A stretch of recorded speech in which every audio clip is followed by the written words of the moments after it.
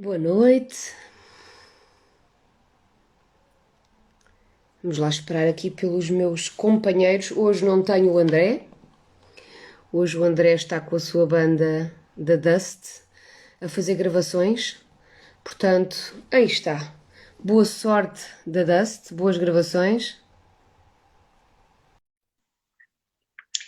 Mas tenho dois convidados. Olá Luís, tudo bem?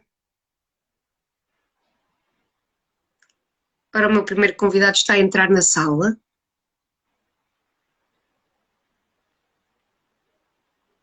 Estou aqui à espera do Pedro.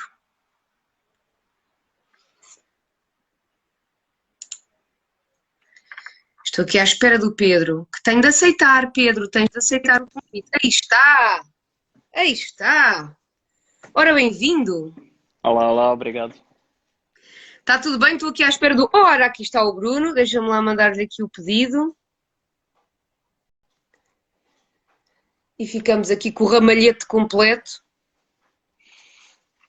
Agora já Vamos não a temos isso. mais mágoa para chorar. Bruno! Olá, boa noite, boa tarde, né? Oi, oi. Ah, parece que estamos numa aula daquelas de terça-feira. Uh, O nosso Pedro está sem rede. Pedro tá Está ali congelado. pensando. Está, congelou. Vamos Então, lá. tudo bem? Tudo bem, Bruno? Então, como é que está a ressaca? Espera aí, que o Pedro mandou outro pedido. Ok. Como é que está a ressaca pós-teoria e métodos? Já te Pois, sentes de férias? sim, sim, mas ainda tenho trabalhos para entregar. Então, Ok, assim, é um sentimento ainda não tão pleno, ok, mas ok. falta pouco. Pro dia 15 de junho já estou despachado de tudo. Ah, então também está mesmo quase. Tá quase, tá quase. Estou aqui a ver se dou uns bocadinho, uns minutos ao Pedro, acho que é desta. Acho que agora é que é. Será? Hum. Aí está. Pronto, É voltou. agora? É agora? Oi, oi, oi. Desculpem lá. Caíste, mas levantaste-te. Isso é que é importante. Sim. Pá, eu estava a tentar tirar aqui os comentários que estão à frente da nossa cara, mas Esquece, eu, não, eu não percebo não muito mexas. disto e saí sem querer. Olha, hoje estamos aqui para falar de uma coisa que nos é muito familiar, dada a proximidade do trabalho que fizemos, não é? Que é sobre pandemias. Uhum. Querem explicar a quem nos está a ouvir lá em casa o que é que cada um de vocês abordou, que época e que pandemia em particular? E já agora, uma coisa que eu não perguntei, porque, bom, nós estávamos todos uma pilha de nervos, mas o porquê de terem escolhido isso? Que a mim me deixa particularmente curiosa e ninguém fez essa pergunta. É verdade. Bruno, queres começar? Pode ser. Bem, eu trabalhei a sífilis, não é? A origem da sífilis, ou seja, com um recorte ali da primeira pandemia na Europa, não é? 1495, para ser mais exato. Começou ali no Reino de Nápoles, não é? É o que aponta as pesquisas históricas. Oh Bruno, mas antes de tudo, por que raio quiseste tu estudar a sífilis, homem? Então, eu tinha tentado primeiro a SIDA, não é? Porque, pronto, já tinha lido muita coisa ali da história da sexualidade, gosto muito do Foucault, e ele trabalha muito, não é? Essas doenças, assim, mais focadas na sexualidade. E, entretanto, a SIDA já tinha sido escolhida por ti, e fui para sífilis porque achava que podia fazer abordagens parecidas com o que eu tinha pensado inicialmente. E, de fato, deu para ver muita coisa relacionada. Boa. Se Pronto, calhar, foi. se calhar antes de desenvolvermos propriamente a tua investigação, cada um apresenta a sua área. Pedro, qual foi a tua, para quem está a ouvir lá em casa? Pronto, eu investiguei a lepra e no período do primeiro século depois de Cristo, especificamente nas regiões que na altura eram conhecidas como Judeia, Samaria e Galileia, que atualmente são conhecidas como Israel, Palestina, Ok. sensivelmente. Porquê a lepra? Não é bem porque é lepra, é mais porque é o primeiro século e porque é essa região. Ok. Ah, Não foste propriamente pela pela pandemia doença. mas Não, foste pelo contexto. Exatamente, temporal exatamente. e geográfico, foi por aí. Sim, sim. Que é o Ok. contexto que me interessa mais, até para o tema da minha tese, é esse contexto que eu espero estar a explorar, então crio uma desculpa para ir já adiantando algum trabalho. Boa. E Ok. parece que a lepra é a doença mais falada nesse período, nessa região. Então foi por isso que escolhi a lepra. Olha, e se calhar antes de. Pronto, o meu trabalho, como o Bruno disse, foi sobre a SIDA. Hum, Se calhar fui a pessoa que fez um trabalho um bocadinho mais recente, não é? Vocês hum. foram todos muito mais para a antiguidade. Ahm, mas do vosso trabalho, da vossa investigação e das vossas leituras, se calhar antes de irmos mais esmiuçar cada uma delas, que paralelos é que encontraram com o que estamos a viver agora? Eu sou pior que a outra, pá. Eu sou pior. Umas perguntas assim mais embaraçosas, né? Olha, Porque no assim, meu. todos nós vimos várias coisas, não é? Todos nós encontramos, e eu lembro-me de vos ouvir a apresentar os trabalhos, todos nós encontramos alguns paralelos, mais que não Hum, fosse no isolamento, nas quarentenas, Uhum, nas desinfecções, na distância social, não é? No estereótipo e no julgamento que se fazia. Portanto, sim. há muita coisa que de certeza que vocês esbarraram e pensaram, ops, isto é parecido, não é? hum, No caso da minha pesquisa, especificamente, eu encontrei eu acho que a estigmatização da doença, né, em torno da doença, assim, aquela tentativa, que eu acho que é uma coisa transversal a todas as pandemias, é Uhum. tentar encontrar um culpado. Antes de achar a solução, vamos aqui culpar alguém, vamos tentar associar a doença a um povo, ou a uma religião, ou a uma raça, ou a alguma característica específica. E com a sífilis foi exatamente assim. Né? E, inicialmente, tentou-se ali culpar os franceses, depois os napolitanos, e o que a gente viu ali foi a doença como moeda de troca. Cada povo culpava o outro pela doença. Né? E à medida que ela foi se tornando mais endêmica, ia ganhando outras características. Depois houve assim uma perseguição clara à figura da mulher, não é, das prostitutas, naquele período, por volta de 1550, 1560. Depois, ali no início do século XIX, no caso americano, e aí já faço um salto gigante, né? Era uma doença muito associada aos negros. Uhum. E tem até aquele caso do estudo da sífilis não tratada no Alabama, né, que foi um caso assim que Pois, foi um tu escândalo. esse caso tu apresentaste-o, mas acabaste por apresentar um bocadinho pela rama, porque também não havia tempo. Sim, não havia espaço. Quero agora falar um bocadinho disso, porque foi se calhar foi o que me deixou com mais vontade de saber mais a fundo. E a ti também de certeza que te bateu forte essa leitura, não é? Foi o que mais me chocou, de fato, de tudo que encontrei ali. Pronto, foi um estudo no que aconteceu no Alabama, financiado pelo Serviço Público dos Estados Unidos. Começou em 1932, envolveu 600 pacientes negros, onde 400 eram portadores da sífilis e 200 não eram portadores da sífilis, mas eram negros, e eles queriam ali acompanhar a evolução da doença, né? Como é que a doença reagia, como é que ela atingia e afetava o corpo, como é que a fase, principalmente o interesse principal deles era na fase final da doença, que atingia o sistema nervoso, né? Ou seja, muitas vezes levava o paciente à loucura, inclusive. Uhum. E, entretanto, havia já tratamentos eficazes para sífilis, e essas pessoas tiveram tratamento negado, porque eles queriam mesmo levar essas pessoas ao limite, né? E pronto, essas pessoas foram enganadas, a verdade é essa. Não foram informadas que iam participar de um experimento, apenas disseram que eles iam receber tratamento gratuito, iam receber alimentação, iam ter E, ajuda com portanto, os custos estás a falar funerários. das pessoas que ficaram no grupo placebo, não é? Na verdade, que acreditavam que estavam a ser tratadas e não estavam. Na verdade não estavam só a ser analisadas, né, por assim dizer. E depois disso, acho que foi em 1972, portanto 40 anos, né, que o estudo durou, surgiram várias instituições, não é, que passaram a regular essa coisa da ética médica, Então foi de fato assim uma situação bem emblemática. Ok. E encontraste algum paralelo nessa tua investigação com o que estamos a viver agora, mais nessa parte do bode expiatório, não é? Portanto, nós aqui, quando começámos a viver esta pandemia o ano Sim, passado, ou no início do ano passado, a primeira coisa foi, sobretudo, vindo do Donald Trump, a culpa era dos chineses e não havia sim, nada a fazer e era ouvir chinês, não é? Portanto, esta exato. coisa de atribuir a culpa a um país, ou a uma etnia, ou um grupo Sim, sim. particular. Eu acho que no futuro a gente ainda vai poder fazer outros comparativos, né? Mas por enquanto a Covid ainda é um tema em aberto, né? Não tem um desfecho para poder fazer essa comparação, assim.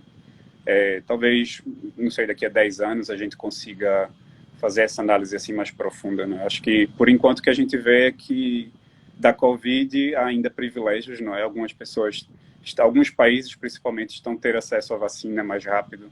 Uhum. E isso também eu acho que já é um ponto de observação interessante, assim, porque envolve a questão de privilégios mesmo, né, econômicos e sociais, e por que algumas pessoas tiveram acesso primeiro à vacina, são questões políticas, são questões de diferentes naturezas, mas que eu acho que ainda é muito cedo para a gente fazer essa comparação. Não Ó sei Pedro, se tu consigo. também podes interromper o Bruno. Não, não, Isto, estou a ver muito interessado. isto é uma conversa a Sim, três, sim, portanto, sim, sim. pode jump in e dar o seu contributo. Pedro, e tu, como é que decorreu este teu trabalho? Como é que foi, o que é que foste vendo ao longo da tua investigação? Ahm, por acaso é interessante a questão da relação com a Covid, porque mesmo ah, por acaso na altura eu estava a ler um livro sobre a Covid de um epidemiologista, não sei como é que se diz Uhum. em português, mas pronto, vocês percebem, alguém que estuda epidemias em É Yale, sim, portanto, epidemiologista, disseste bem, pronto, disseste bem. uma pessoa de confiança aí. E eu acabei por citá-lo porque ele fala sobre algo que tem tudo a ver com o que eu descobri sobre a lepra. Ele diz no livro dele: "The patient may be the one suffering from the disease, but the roots and meaning of ill health often lie in social circumstances." Então, basicamente, a dizer que as consequências de uma doença vão muito além do sofrimento físico do paciente. Muitas vezes as consequências pior até são sociais. Ok. E na lepra, isso é no primeiro século, isso é um exemplo claríssimo, porque, obviamente, quando estamos a falar de história antiga, portanto, não há propriamente um consenso, mas a opinião que me pareceu mais provável é que aquilo de que se falava de lepra especificamente nos Evangelhos não é aquilo que nós conhecemos como lepra hoje. E era mais uma questão quase religiosa social do que uma questão de saúde pública, de facto. Uma situação em que pessoas eram excluídas da sociedade por questões religiosas. Então é o expoente máximo em que não só as consequências são piores sociais do que físicas, como talvez as consequências fossem só sociais. Talvez nem Ok. houvesse consequências físicas, pelo menos em alguns casos, daquilo que era chamado lepra no primeiro século. Parece uma. Sentes que isso está a acontecer agora, Pedro? Que há essa estigmatização de alguma forma de algum grupo em particular ou não notas isso? É, eu acho. Eu tenho vindo a pensar que estamos a viver tempos muito polarizados e tal, mas cada vez penso, à medida que estudo história, cada vez penso mais que se calhar sempre foi assim. As pessoas sempre se fecharam em grupos, umas contra as outras. Acho que Uhum. neste momento, talvez alguns grupos que há é o grupo dos negacionistas, por um lado, que são julgados pela maioria da população, que de facto acredita, não, há mesmo uma pandemia. E por outro lado, os negacionistas também julgam a maioria da população porque acham que estes tipos são todos estúpidos, que estão enganados e este é tudo um esquema do Estado, sei lá o quê. Portanto, eu acho que se calhar acabamos por ser todos vítima de julgamento de alguém e vítima de estereotipização e de exclusão por parte de alguém. Aquilo que o Bruno disse há pouco, tu também partilhas. Por exemplo, o Bruno disse que aquilo que mais notou foi essa estigmatização e do apontar, irmos à procura de um bode expiatório, do apontarmos a culpa, tentarmos encontrar o culpado, não é? E também notas isso aqui, que há essa Sim. coisa de apontar os dedos, não é? Apesar que no caso da lepra, acho que era uma forma talvez mais simplista de fazer, porque era simplesmente quem está contagiado, o que quer que isso significasse, porque não percebemos bem o que é que isso era, mas quem está contagiado então é o bode expiatório.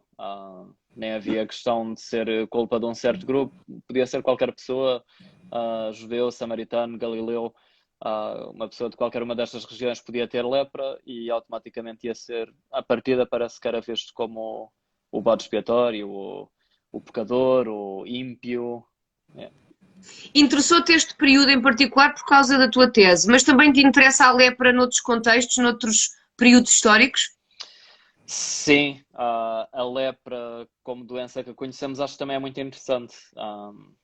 Porque eu por acaso este sábado estava numa conferência em que o Paulo Escrante falava muito sobre lepra, mas foi uma coincidência. Eu não fui à conferência por ele falar, simplesmente calhou. Era mais a título de exemplo, mas a conferência era mais sobre a questão de sofrimento e de dor.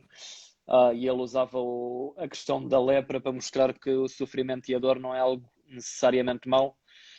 Porque um dos grandes problemas da lepra é precisamente a falta de sensibilidade. As pessoas deixam de ter sensibilidade, portanto não têm dor, e por causa disso o corpo não se protege. Então, por isso é que muitas pessoas com lepra ficam cegas, porque as células que transmitem dor nos olhos quando nós não pestanejamos não funcionam, e então as pessoas deixam de pestanejar, os olhos secam, e com o passar dos anos chega-se à cegueira. Então, assim, acho que é uma doença muito interessante talvez para trazer um pouco de gratidão, pelo menos pelas pequenas dores. Quando me dói um bocadinho as costas, sentir um bocadinho mais gratidão, é bom que o meu corpo esteja a funcionar como deve ser. Não, por acaso é uma doença interessante, porque há vários filmes que a abordam, filmes mais antigos, se calhar agora não tanto, mas eu lembro-me de ver vários filmes, e claro, muitos desses filmes eram filmes que retratam uma época específica, né? Estamos a falar, por exemplo, do Ben-Hur ou dos Dez Mandamentos ou desses filmes, mas a verdade é que isso ficou de tal maneira enraizado em nós que nós ainda hoje, estamos a falar do século XXI, se alguém por algum motivo nos rejeita ou não nos toca ou qualquer coisa, nós dizemos, não tenho lepra.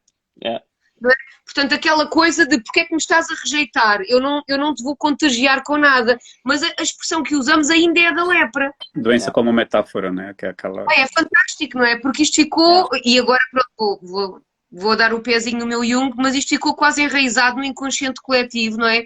E parece que esta experiência que atravessa a história da humanidade, eu nunca convivi com um leproso, mas se for preciso vou dizer, achas que eu tenho lepra? Quer dizer, isto ficou de tal maneira enraizado na sociedade, não é? Lá está no nosso inconsciente coletivo, que mesmo quem não testemunhou, quem não atravessou este período, ainda manifesta quase esta memória celular dos antepassados, não é? Houve vários períodos da nossa vida em que a lepra era motivo de estigmatização. Sim. E então parece que nós ainda sentimos, ainda carregamos um bocadinho isso. E interessa-me particularmente a lepra por causa disso, Pedro. Sim, e o mais irónico é que, de facto, a informação que nós temos atualmente é que, mesmo que uma pessoa tenha lepra, nós podemos abraçar essa pessoa sem problema nenhum, porque a lepra é uma doença muito pouco contagiosa. O que é um período muito específico, não é? É um momento muito específico em que ela pode ser contagiosa. Não. Ou não? É tão pouco contagiosa que não há grande informação como é que é o contágio. Tudo o que eu li são propostas como pode ser por gotículas, por exemplo, mas tem de ser uma exposição de anos, passar anos com essa pessoa num período muito contínuo. Tanto que a OMS diz que já não é um problema de saúde pública, a lepra. Certo. Portanto, sim. E na Bíblia, claramente, o entendimento é que era contagioso, portanto... Eu lembro-me de ser o quê? Ter, no final da minha adolescência, talvez, princípio assim da idade adulta, e não sei se ainda existe, não sei se tens conhecimento, agora de repente lembrei-me, mas eu lembro-me que nós tínhamos uma associação em Portugal, que era a Associação de Amigos Raul Folrot, que se dedicava ao apoio dos doentes com lepra. E não foi assim há tanto tempo. Eu sei que já sou velha, mas não foi assim há tanto tempo. Portanto, se calhar foi. Eu lembro-me desta associação há entre 15 a 20 anos atrás. Portanto, não é assim há tanto tempo. Não sei se ela ainda existe, mas de facto acho que era uma associação que se dedicava ao esclarecimento, à ajuda no tratamento e, sobretudo, à questão ainda da estigmatização. Portanto, tinha eu 20 anos de idade, portanto, não foi assim há tanto tempo. Sim, eu encontrei vários panfletos informativos, mesmo diferentes organizações de saúde, mas a OMS, vários, direcionados para diferentes países de língua portuguesa, exatamente com esse sentido de informar sobre a lepra e dizer, pessoal, há tratamento, se tens estes sintomas, procura tratamento porque há tratamento que funciona. E se conheces alguém, também não te preocupes muito porque não é por aí. Te afastar, Não, isso é importante porque no fundo foi aquilo que eu senti com a SIDA, não é? Que de facto houve uma necessidade enorme de uma informação científica correta, porque as pessoas achavam que só de estar e só de estar perto de um seropositivo iríamos contrair a doença, não é? Portanto, havia de facto um desconhecimento total. Sim. Por acaso há aqui uma relação com a sífilis interessante, que eu até achei curioso quando apresentaste o teu trabalho, Bruno, porque não sabia que ias trabalhar a sífilis, mas eu li um texto em que o autor levanta a questão de que quando surge a sífilis na Europa, provavelmente ali no período que tu trabalhaste, de repente há uma grande diminuição dos casos de lepra. E ele brinca um bocadinho, é um bocado irónico, mas basicamente ele está a propor que a lepra era um bode expiatório tão grande, era uma doença tão abrangente, um entendimento tão abrangente de doenças, que provavelmente a sífilis estava dentro da lepra até ser descoberta a sífilis.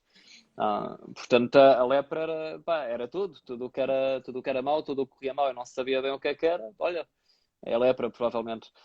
E depois aparece a sífilis e de repente há muito menos leprosos. É um bocadinho estranho. Mas então aí também é uma espécie de bode expiatório das doenças, se calhar, as que eram desconhecidas e tinham algum problema de pele, eram consideradas lepra. E a sífilis tinha muito, inicialmente ela tinha essa característica com as pústulas, não é? Saía um corpo inteiro. E também tinha uma estética... Pedro, já vou aproveitar para dar os olás às pessoas que vão entrando. Olá, Pedro. Maria João, vai escrevendo o comentário, mulher. A gente quer o teu comentário. É grande, não faz mal, nós vamos lendo, não te preocupes. Ou escreve por partes, vai mandando parágrafo a parágrafo e nós lemos, não te preocupes, mas participem. Bruno, a questão da sífilis, tu também estás numa época muito particular, interessava-te estudar mais recentemente, mais numa época mais próxima? Acho que sim, eu não sou historiador, não é? E fiquei com muito medo de ir lá atrás, fazer pesquisa histórica sobre uma pandemia que na verdade eu não sabia muito por onde ir, mas encontrei bons autores e senti confiança nisso, assim, o Claude Quetel, que é o francês, que é basicamente o grande historiador da sífilis, não é? Tem bons livros sobre o assunto, mas eu gostava de ter feito uma coisa mais contemporânea, assim. Mas pronto, o recorte histórico foi importante também porque eu cheguei num outro ponto que eu gostei de pesquisar, que foi sobre a reforma, né?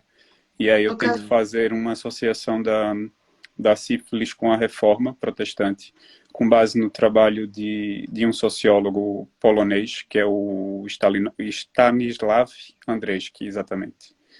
E é claro que ele não vai culpar a reforma a sífilis, né? Mas ele tenta buscar ali uma explicação porque daquela adesão ao puritanismo na Europa medieval, né? Aliás, na Europa que estava ali na transição. E fez todo sentido o que ele disse, assim, o que é que justificaria, né, as cidades mercantilistas ali com aquela atmosfera já, não é, de grandes cidades, as pessoas interessadas em mais liberdade, em vidas sexuais. Lá está no fundo como, agora vou dizer a minha e eu nunca lá fui, com muita pena, mas no fundo como a minha São Francisco, no início do aparecimento da SIDA, não é? Que era precisamente uma cidade que recebia pessoas desde sempre e que tinha esse espírito de liberdade, não é? E de fusão, de cruzamento cultural e etc. Pronto. E o que ele mostra é exatamente isso, o que é que fez as pessoas aderirem tanto ao puritanismo, né? Era o medo da sífilis, e eu acho que faz todo sentido o que ele fala, né? É, e aí os protestantes batiam muito nessa questão dos comportamentos sexuais, não é? A questão do pecado renovado, ou seja, as pessoas se confessavam e eram perdoadas pela religião e já voltavam a ter os mesmos comportamentos, e os protestantes batiam muito nessa tecla. E eu achei muito interessante essa associação também, que a sífilis pode sim ter impulsionado, né, as ideias dos protestantes para que tivessem mais adeptos. Pronto, no fundo era isso. E estavas a falar de que o medo da sífilis conduziu as pessoas a um puritanismo, não é? E o medo da Covid pode nos conduzir a quê? Eu estou só a ver, eu estou aqui a curti-las, eu atiro a leite, Medo das pessoas, medo de aglomerações, isso já é real, né? Olha, como eu te disse, acho que a Covid ainda é muito recente, não é? Não consigo ainda fazer essas leituras assim. Não sei o Pedro, o que é que acha? Não, chuta a bola para o outro. Eu não tenho veia de vidente, então também é um bocadinho difícil. E sinceramente é um assunto que me interessa. Mas sabes, Pedro, estudar a história claro, ajuda-te a fazer previsões. Sem dúvida. Lembra-te da Press a estudar os apocalípticos e a já conseguir fazer previsões dos próximos passos, não é? Eu acho que uma coisa que é fato mesmo é que vão passar a fiscalizar os laboratórios, não é, nos diferentes países. Eu acho que vai haver um controle muito maior nesse sentido. Com base nessa suspeita, que é um pouco especulativa demais, não é, de que de repente a Covid tenha saído de um laboratório e etc. Mas eu acho que pelo menos uma fiscalização maior vai haver. Eu acho que vai haver uma regulamentação, talvez algo nesse sentido. Isso, falar em ciência, sim, né? Falar sim. A Maria João está aqui a partilhar connosco que, relativamente a alguém que trabalhou num laboratório, que foi questionada por não usar luvas quando trabalhava em particular com doentes seropositivos, quando tirava sangue a doentes seropositivos, e ela dizia que também já tinha trabalhado com leprosos sem luvas e que não tinha apanhado lepra e não iria fazer distinção com os doentes seropositivos. Era esta partilha. Acho que ainda não acabou, mas estou aqui a ler os comentários. Por isso é que ela estava a dizer que era um texto um bocadinho... Ok. Pois, o pensamento de cada um leva ao comportamento que sei. Claro, é óbvio que depois as nossas crenças também, né, as nossas convicções pessoais que podem estar inspiradas em questões mais religiosas ou não, acabam por ditar o comportamento que vamos ter, não é? Era aquilo que o Pedro estava a falar. Há o grupo dos negacionistas que criticam os outros e os outros criticam os negacionistas. Se eu acredito piamente que estou a ser manipulada, não é? Isso vai interferir e influenciar o comportamento que eu vou ter relativamente aos cuidados e às práticas e a toda essa parte comportamental na vida social, não é? E isso acaba por ser visível. Sim. Bruno. Sim. Estavas aqui a dizer que não és um historiador e as pessoas lá em casa não sabem quem tu és. Conta um bocadinho da tua base. Eu sou jornalista de formação. Pronto, depois trabalhei em jornal, depois trabalhei em agências de comunicação. Entretanto vim para cá e tirei um mestrado em tradução. Parabéns, que foi acabado há pouquíssimo tempo. Foi, pronto, semana passada. E também comecei nesse mestrado em História e Cultura das Religiões, né? Quero fazer aí algo mais focado em sincretismo religioso no Brasil, mais voltado para as pesquisas sobre o candomblé, numa linha comparativa com as práticas ali do Golfo de África, né? Do Golfo da Mina em África. Que tem tudo a ver com as rotas da... Diz uma coisa, agora vou-te fazer uma pergunta mais difícil do que as perguntas da Valdez. Diz lá. Queres continuar a ser jornalista? Ou o bicho da história está-se a entranhar e tu queres fazer investigação em história? É, eu acho que Eu eu sei acho que todo que essa não é. jornalista acho que todo jornalista deve aprender um pouco a como pesquisar história, não é? No fundo a gente já fazia isso, só não sabia muito bem como fazia, como fazer. Mas vês continuar a tentar complementar as coisas ou gostavas só de fazer investigação? Não, eu vou sempre tentar complementar as coisas. Ok. Mas eventualmente, se aparecer um projeto em que eu tenha que trabalhar só como investigador, entrarei também. Não tenho, se eu me sentir preparado para fazer, não é? Eu faço. Não tem muita questão com relação a isso. Mas a formação de jornalismo ela fica para a vida inteira, tu sabes? Claro. Também tirar jornalismo.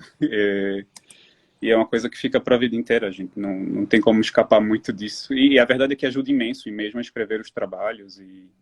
Olha, estávamos a falar aqui da pandemia, tu tens acompanhado como é que a coisa está a correr no Brasil? Sim, tenho acompanhado, tenho lá toda a família praticamente, não é? E ainda mantens contactos de jornalismo também lá? Sim, tenho colegas que estão na redação ainda, Ok. que estão mesmo Eles partilham o que é que eles te dizem de como é que a coisa está a ser controlada ou combatida de alguma forma? A questão é que a coisa não está a ser controlada.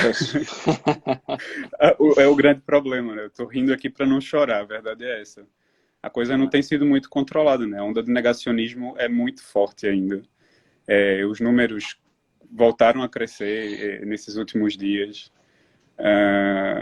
E não vemos muita saída. Em contrapartida, a vacinação está muito parecida a Portugal. Okay. Não vejo, assim, muitas diferenças. Okay. Sabes que eu sei mais ou menos como é que a coisa está a correr, porque eu tenho imensos amigos brasileiros, a maior parte são músicos. Alguns estão a trabalhar cá em Portugal, outros estão no Brasil. E quando eu chorava um bocado, porque sabes, também trabalho nessa área, quando eu chorava um bocado a dizer já não dou um concerto há um ano, isto está tudo fechado, eles diziam, aqui não, é festa todas as noites, é bares cheios todas as noites, concertos todas as noites, e eu ficava a pensar, meu Deus, isto vai correr tão mal. Nunca houve um lockdown, não é? Como houve aqui, como houve praticamente em toda a Europa lá, isso nunca aconteceu. Havia políticas de isolamento em cidades específicas. Nunca houve assim um lockdown como nós tivemos aqui 3 meses, com realmente tudo fechado e só funcionava o básico. Isso nunca aconteceu no Brasil. Portanto, os números estão sempre a crescer. Ou seja, uma hora a coisa fica mais apazigua um pouco, mas depois volta a crescer e a mortalidade é altíssima ainda, que é o que mais assusta. Eu tenho uma paciente, uma aluna brasileira, e ela contou-me, pronto, ela o que me disse foi exatamente isso que tu estás a dizer, que não houve lockdown, como cá, e ela por acaso é casada com um português, portanto também vai acompanhando de perto o que é que está a ser feito aqui. E o que é que acaba por acontecer no Brasil é que há um lockdown voluntário, ou seja, há pessoas como ela, Sim. que é uma pessoa super consciente, que não sai de casa há mais de um ano, praticamente. Sim. Está em teletrabalho, está com máximas cautelas. É que estar em casa hoje para o brasileiro, para muitos brasileiros é um luxo, não é? Muita gente não pode, porque precisa ir trabalhar, precisa garantir o sustento das famílias. E é uma questão muito complicada, porque o que nós vemos é exatamente a falta de suporte que o governo deveria estar prestando nesse momento para que as pessoas pudessem ficar em casa, não é? E pronto, a verdade é que a maioria das pessoas não podem ficar em casa. Muitas vezes não é porque não querem, é porque não podem. Precisam garantir o sustento de alguma forma. Claro. Eu tenho também, eu vou acompanhando pessoas um bocadinho por todo o lado, e tenho algumas pessoas na Bélgica e em França, e em França aquilo que me diziam é que não há problema nenhum, é para ficar em casa, uns dias depois já estamos a receber na conta o valor do subsídio para podermos estar em casa tranquilos, sem stresses e sem estarmos preocupados com o facto de não podermos trabalhar. Pronto, e podemos cumprir o lockdown como deve ser, sem grandes preocupações. E de facto isso não acontece, mas também não acontece no Brasil e não acontece cá, portanto não é só no Brasil. Não é? Oh Pedro, e tu, como é que tens vivido esta pandemia? Pensavas... Tu tens quantos, pá? Tu és um menino, do alto dos teus, quê, 30? 26 anos. Ai meu Deus, eu não tenho 30 anos. Do alto dos teus 26 aninhos, pensavas apanhar-te numa pandemia destas? Não, pá, eu acho que ninguém pensa. Por acaso estava hoje com um amigo meu e ele estava a falar como gosta do campo e tal, e que sempre disse, pá, pois, e depois fora das grandes cidades, geralmente se há problemas são menores do que nas grandes cidades. Mas também nós nunca pensamos que vai haver problemas. Depois ele Claro. pensou, bem, mas este ano tivemos uma pandemia, ah, e mostrou de facto que fora das grandes cidades as coisas são um bocadinho mais tranquilas do que no meio da cidade, que é Claro. onde eu estou também, eu vivo em Lisboa. Então, pá, não estava à espera. Ah, o meu trabalho é completamente relacional, cara a cara, portanto foi um ano muito, muito estranho. Era isso que eu te ia perguntar. Qual é a tua base? De onde é que tu vens? Para também teres mergulhado aqui em história. Sim, eu sou de teologia, estudei teologia porque sou cristão, acho que a personagem de Jesus é fascinante. Como na realidade eu vou descobrindo que quase toda a gente concorda com isso, apesar de se fazem depois o salto para dizer que Jesus é Deus ou não, como eu faço como cristão, mas ah, a maioria das pessoas acaba por dizer que ele é um grande mestre ou alguém que trouxe ideias muito importantes, etc, etc. Uhum. Eu concordo plenamente e acho que vale a pena investigar, então por isso estudei teologia. E depois decidi, vamos ver isto de um ponto de vista histórico. Ah, Ok. não, sinceramente não sou um apaixonado pela história, mas achei que era algo importante para fazer no meu percurso. Nenhum de vocês se arrependeu de ter ido para a história. Não, de jeito Por nenhum. Eu enquanto, sempre não. gostei. A vida inteira eu gostei de história e Portanto, todos nós temos uma costela masoquista, Clara. isso sim, isso sim. Óbvia, E, sim, óbvia, super óbvia. e nenhum de nós Não, veio de história. claro que todo este nível de investigação acaba por ser exigente em qualquer área, não é? Por ser história em particular, é Claro, óbvio. claro. Eu costumo dizer, e às vezes faço esta análise meio a brincar, história era a disciplina que eu menos gostava na preparatória. É Eu sério. detestava Uau. história, mas eu tive o azar de ter ela já não me conhece, nem sabe que eu existo, portanto eu posso dizer isto, nem me lembro o nome dela, mas eu tive a pior professora de história do mundo.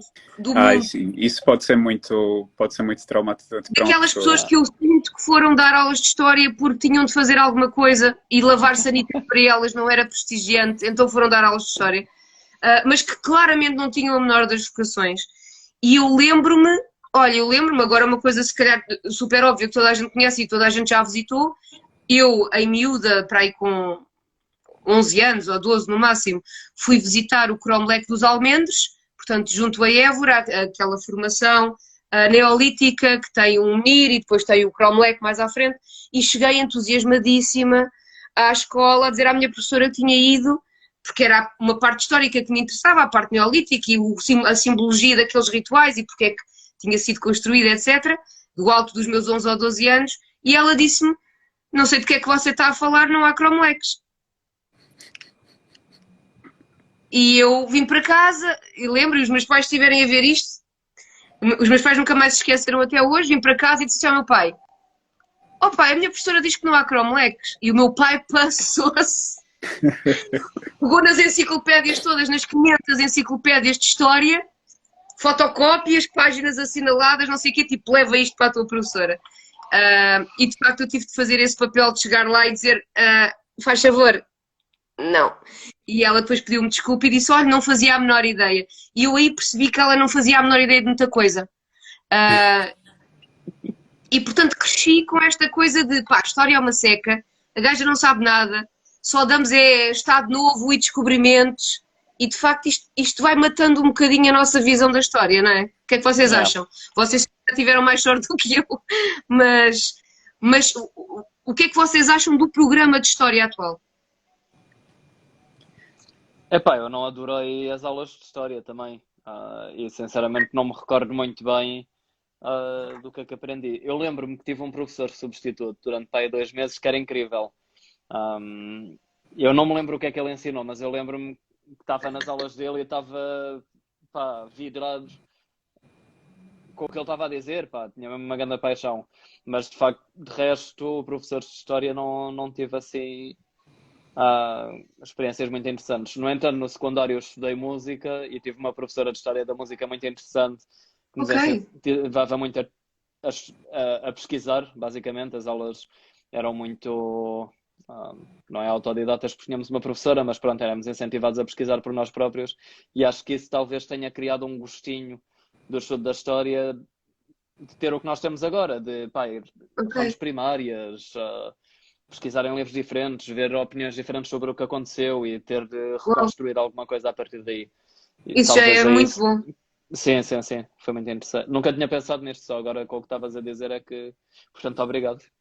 Tenho de mandar uma Não, mensagem à minha pensei professora a nisto porque agradecer-lhe também. eu pensei nisto porque quando entrei neste doutoramento dei por mim a pensar bolas, passei a vida toda a não gostar de história. Como é que eu vim parar um doutoramento em história? E comecei a pensar um bocadinho nisso e afinal percebi que eu gostava de história. Eu não gostava era daquilo que era dado, não é? Volta e meia vejo os livros dos miúdos e de facto a história que é dada, para além de ser dada com um olho, não é? Com uma pala, que só vemos um lado da história, o que é terrível. Continuamos a ensinar os miúdos que nós somos os maiores e descobrimos este mundo e o outro, e é tudo como, somos os maiores mesmo da cena. Bruno, tu provavelmente aprendeste uma versão um bocadinho diferente. Isso que eu ia comentar a seguir. Eu tive uma professora que ela dava realmente o que estava no material, não é o que era obrigatório, mas ela sempre trazia uma visão crítica. E ela dizia, olha, pessoal, tão isso bom. aqui isso eu devia ter para aí tipo 10, 11 anos, imagina. E lembro disso até hoje, ou seja, porque realmente foi uma professora marcante. Professora Juliana, não sei se um dia verá este vídeo, mas saiba que foi uma pessoa muito importante. Juliana, professora de Bruno, no Brasil, não é? Exatamente. Professora Juliana, isto, obrigada. E era uma professora incrível e que ela, para as histórias de descobrimento, ela dizia, olha pessoal, temos essas informações aqui no livro, mas é preciso contar tal história, é preciso saber tal história, porque não foi Agora bem vou-te assim. fazer outra pergunta daquelas tramadas. Tu achas que tu tiveste direito a essa versão crítica porque tu estavas no país do colonizado e não no país do colonizador? Olha que eu também já vi algum material didático aqui que faz críticas interessantes. Mas isso deve ser muito críticas recente. revisionistas. Deve ser muito recente. Mas que há muita crítica revisionista da história de Portugal também, não é? A Sim, questão é que começa a haver. Há um corporativismo também ali na academia muito, muito fechado. Não, isto não foi assim, isto não pode ser dito assim porque não temos evidências, não temos provas suficientes, não temos... É um protecionismo importante, mas que também um pouco bloqueado, né, para fazer leituras diferentes e novas. Eu acho que há, assim linhas revisionistas importantes e que estão em evidência também atualmente. Não sei como é atualmente nas escolas, de fato não sei o que é que eles andam a estudar, principalmente sobre colonizações. Eu não fui há muito tempo, tive acesso, se calhar foi há 2 ou 3, há uns 3 anos, tive acesso aos livros da preparatória, aos livros de história, e confesso que custou-me engolir um bocado certos capítulos, porque de facto ainda continuamos com uma visão. Lá está, o professor depois pode ter esse papel importantíssimo no outro lado, na visão crítica, mas os livros que são do Estado ainda continuam a ter uma visão muito colonial. E eu não estava à espera disso, porque eu já não pegava num livro de história, assim, de 5º ou 6º ou 7º ano, há montes de anos, não é? E de repente pego num e penso, bem, e não evoluímos, tipo, nada, inacreditável. Mas continuamos presos ao mesmo mindset e continuamos, sobretudo, a ensinar os miúdos a ver a história só com um olho, não é? A ver, olha, aconteceu isto. Está bem, mas e o que é que para crítica, não é? connosco pensa? O que é que... E o impacto do que nós vamos fazer. E se... ainda não há isto. Agora, depende de professor para professor, isso acredito. Acredito que se calhar... Eu não tinha isso, lá está na minha professora, mas como os meus pais eram altos aditos de história, eu tinha todas as enciclopédias e mais algumas, e a coisa que eles mais gostavam de falar era de história, portanto, eu acabava por ter várias visões da história. Mas eu noto que continuamos um bocadinho na mesma. Por isso é que eu te estava a fazer essa pergunta. Será que no Brasil é diferente? Porque eu conheço muitos brasileiros com uma visão muito crítica de toda a expansão, não é? Uhum. Precisamente porque vocês tiveram de levar connosco. Eu acho E que sim, olha, eu acho que na medida do possível eles tentam recontar a história, não é? Mostrar as duas versões e fazer com que os alunos pensem criticamente, que eu acho que é o mais importante, não é? Não é sem dizer a dúvida. verdade é essa, a verdade foi aquela, é dizer, olha, aqui temos várias versões, vocês formarem uma opinião própria, não é? E depois o papel dos pais, né, em casa também é muito importante. Os pais que têm essa coisa de provocar, de questionar, e de estudar junto, e de ler junto. E já voltando aqui ao tema da história, acho que toda gente gosta de história. É impossível dizer que alguém não gosta de história. Pode não gostar do método pedagógico, não é? Pode não gostar daquela história do colégio, aquela história da escola. Mas gosta de história sim, porque as pessoas gostam de Opa, ó saber. Bruno, tu vais para as aulas, levas com a expansão, vista por um lado, levas com a expansão, levas com o Estado Novo. É aquilo que nós damos, pronto. E é importante, é muito importante falarmos do Estado Novo. Não sei de que forma, se está a ser falado da melhor forma ou não, mas é importante. Falamos do quê? Falamos da Revolução Industrial, que é aquela parte da história que os alunos chegam lá e choram. Porque ninguém tem pachorra para estudar a Revolução Industrial. Agora, olha, se pegassem nas doenças que surgiram na Revolução Industrial, se calhar os miúdos achavam piada. Achasse mais piada, eu também acho. Não é? Se falassem de certas figuras que apareceram em determinadas alturas, tipo Jack the Ripper, a malta curtia aquilo milhões. Agora, as coisas, eu acho é que nós damos pouco interesse, pouca motivação. Lá Sim, está. Não sei se as pessoas sabem contar histórias. E a história tem de saber contar, não é? sim. Tem que puxar pelo que é interessante, não é? Pelo que gera mais curiosidade nas pessoas e pronto. A questão é que as metodologias hoje em dia, as metodologias pedagógicas desde sempre, né, não só hoje em dia, são muito focadas pronto, nas questões menos interessantes mesmo, Claro. no que provoca menos curiosidade, né? Pedro, eu sei que tu, pronto, eu percebo porque é que tu foste para a história das religiões, não é? Tu vinhas de teologia, é mais do que óbvio. Portanto, eu tenho Claro. a certeza que era mesmo aquilo que tu querias, não é? Sim, sim, sim, sim, sim. Agora, o Aliás, Bruno não tinha religião.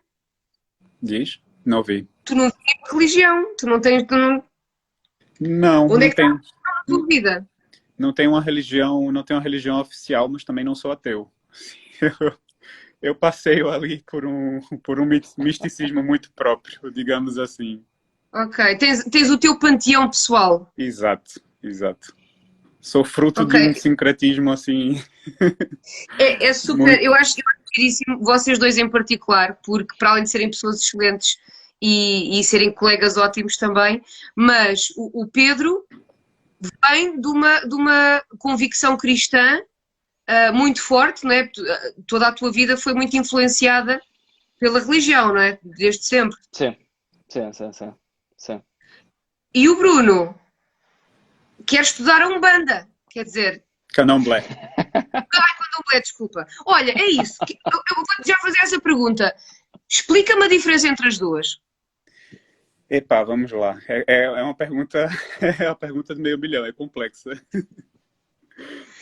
Mas digamos, Traços gerais, claro. você assim mais prático. Digamos que a Umbanda é um movimento mais recente, Ok, né?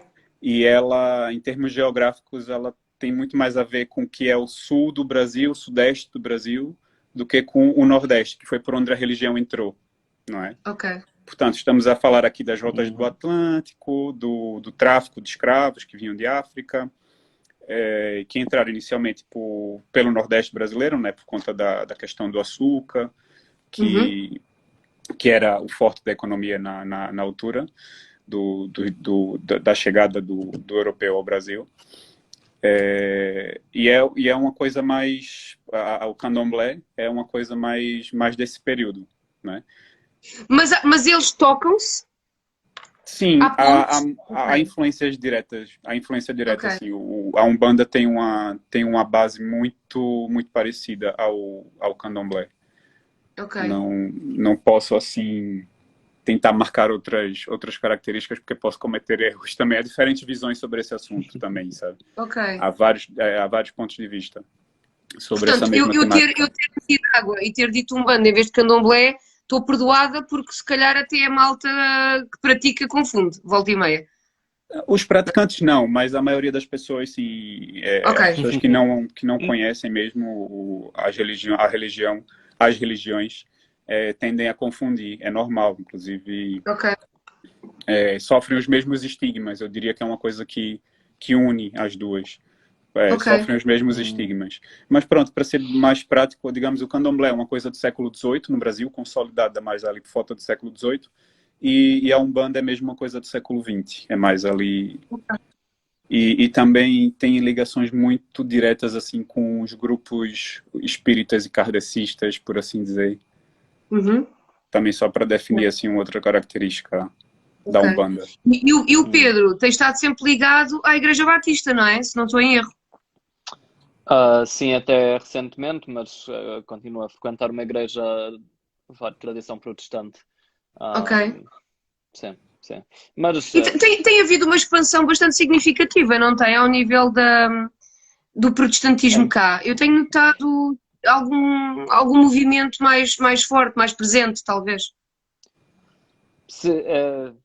mais ou menos depende do que entendemos como protestantismo. Eu acho Certo, que tem havido exatamente. expansão do tipo mais triste de protestantismo que temos, que é o estereótipo que toda a gente conhece, que é ir aos bolsos das pessoas. Esse parece-me que tem tido uma expansão bastante grande. Ok, Igrejas de linha protestante vá ligadas de alguma forma ao que é a reforma protestante tradicional. Um, não creio que tenha havido assim uma expansão ok. muito grande. De alguma forma sim, mas o que estatísticas têm demonstrado é que é mais por vias de imigração. Tanto nos anos 70, 80, imigração dos países de língua portuguesa, das pessoas que vieram retornadas da África, e muitas já Uhum, eram protestantes ou evangélicas, e no ok. início dos anos 2000, e agora está a voltar a acontecer, das vagas de imigração do Brasil, também muitas pessoas vêm já são evangélicas Exato. ou protestantes, Sim, sim. e então as igrejas crescem, mas não é bem uma expansão. Eu não chamaria uma expansão protestante em Portugal de todo. Ok. De Sim, porque todo. tu falas de. Bom, as igrejas também têm os seus rockstars, não é? E nós Sem vemos isso dúvida. em várias comunidades religiosas, portanto, não Sim, podemos sim, pôr sim. todas no mesmo saco. Se calhar é importante também se perceber que há comunidades muito mais próximas da origem das coisas, não é? E outras que acabaram por, se calhar, fazer desvios, mais com até interesses financeiros ou outro tipo de interesses a nível de projeção, e é isso que tu estás a falar, não é? Portanto, de haver aqui também um lado menos bom neste crescimento. Sim, porque o que geralmente é mediatizado. Eu tive um professor que, ahm, não sei se foi na universidade, não sei se foi na tese dele ou se foi para uma disciplina qualquer, fez um trabalho que foi perceber como é que os evangélicos são representados na comunicação social. Ok, E a vasta maioria são notícias muito negativas. Por exemplo, o pastor que foi apanhado porque andava a roubar lojas. Ou pá, tudo e mais alguma coisa. E muito claro. raramente é mediatizado o que é. Mas isso se calhar também é uma questão de geralmente o que é mediatizado de forma geral são mais coisas negativas do que positivas. Sim, Não sim. estou Isso aqui a aí temos o tentar. Bruno para confirmar, não é, Bruno? Exatamente. Sim, sim, O é muito jornalismo. estigma. Eu acho que para É. tudo tudo que vem da religião há muito estigma, né? Sobretudo. Mas, por exemplo, no Brasil temos duas grandes emissoras que hoje são controladas por grupos evangélicos, Pois. E né? aí é Ok. completamente diferente. É. E se eu não me Bom, engano, há mas uma também, aqui em Portugal temos que também. pensar, Bruno, temos que pensar Sim, numa sim. coisa. É verdade que há muito estigma, mas também é verdade que nós partimos um bocado daquele princípio genérico, não estou a dizer que é correto, que uma igreja deve fazer o bem, portanto só é noticiada quando faz exatamente o extremo oposto. Por exemplo, não é normal ou não é correto um padre abusar de crianças Claro, ou claro. coisas do género. Então, quando acontece uma coisa deste tipo, claro que é logo Sim, Hum. uma parangona escarrapachada, não é? Portanto, acaba por ser. O resto é o trabalho deles, é o que nós partimos do princípio. O que sai fora é que deve ser noticiado. E atenção, eu não estou a dizer que concordo, que eu também acho que os bons exemplos devem ser partilhados com o mundo e devem ser divulgados e noticiados. Mas estou a ver como é que a nossa cabeça funciona, mais Sim, ou sim, menos, sim. não é? Não, é perfeitamente É um natural. bocado por aí. É perfeitamente natural, acho eu. Mas acho, por isso é que eu estou a dizer que acho que talvez o que tem crescido mais, ou pelo menos vá uma awareness, tem crescido mais pessoas estão conscientes do evangelicalismo ou protestantismo em Portugal, mas acho que a maioria das vezes os exemplos que as pessoas ouvem são mais tristes do que positivos. Certo. O que é uma pena, mas acho que é perfeitamente natural, de facto. E tens conseguido que o teu background religioso não interfira na tua investigação? Claro que interfere. Gosto que Mas sejas honesto. Fica bem. Sim, pá, eu acho que o meu trabalho é tentar que interfira o mínimo possível. É teres consciência Mas dessa interferência, não é? sim, o máximo possível também, porque acho que não vou chegar a estar 100% consciente. Claro. Porque, sei lá, somos um conjunto tão complexo daquilo, e tu explicas isto melhor do que eu, de certeza, daquilo que está para trás de nós, daquilo que nos aconteceu, das nossas experiências, etc. Eu acho que é muito difícil, para não ser tão radical e dizer impossível, acho que é muito, muito difícil Claro. estarmos totalmente conscientes daquilo que está para trás de nós a motivar-nos a fazer isto. No fundo, estás em piloto automático, não é? E as coisas Sim. vão emergir sem tu teres necessariamente consciência delas. Sim, e tentamos estar o mais conscientes possíveis, acho que é uma das tarefas do historiador, pelo menos foi algo que saltou à minha vista este semestre, sem dúvida. Era difícil não ter saltado à vista. Mesmo. Mas acho que é impossível ter uma consciência total, sermos totalmente iluminados e tal sobre nós próprios. Claro que sim. Olha, a questão importante é que o semestre acabou. Bem, ainda não acabou para toda a gente, né? Tu ainda tens até junho, mas está mesmo quase. Está quase. E sobrevivemos, portanto não nos saímos assim tão mal. E eu queria agradecer aos dois por terem estado aqui. Depois esta nossa conversa vai para o YouTube, também vai ficar aqui no Instagram, no IGTV. Mas obrigadíssimo, vocês vão ser convidados mais para a frente, eventualmente para uma conversa sobre o Jesus histórico, o Jesus real e o Jesus simbólico. Portanto, Pedro, já foste. Já estás, o convite fica já lançado. E acho que é um tema super interessante. Porque realmente, se as pessoas conversassem mais sobre religião, também eram muito mais tolerantes à visão do outro. Por exemplo, nós somos aqui três visões diferentes. Eu não sei qual é a minha, mas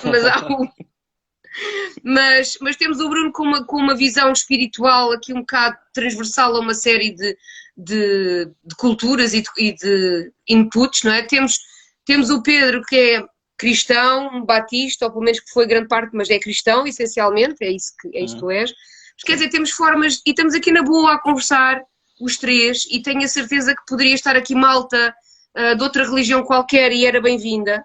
Portanto, quanto mais falamos sobre isto, mais à vontade ficamos em falar sobre isto e em perceber que o outro pode ter uma visão diferente e não faz mal. Por isso é sempre importante termos estas conversas para tornar a coisa mais normativa e menos patologizada, não é? E portanto já sabem que vão ser convidados para mais. Volto com todo o gosto. É só... Boa. É só lançar o debate. Entretanto, este videocast também existe em podcast e vai ser transmitido na esradio.pt, quinta-feira às 9 da noite e sábado às 11 da manhã. Portanto, vai estar em 500 mil plataformas e assim quem quiser ver pode ver. Está bem? Olha, obrigadão pela vossa presença. Obrigado, e até uma próxima. Obrigado. Bom resto de domingo e uma boa semana para vocês. Adeus lá em casa. Obrigado. Beijinhos. Bom domingo a todos. Adeus. Beijinho. Tchau, tchau.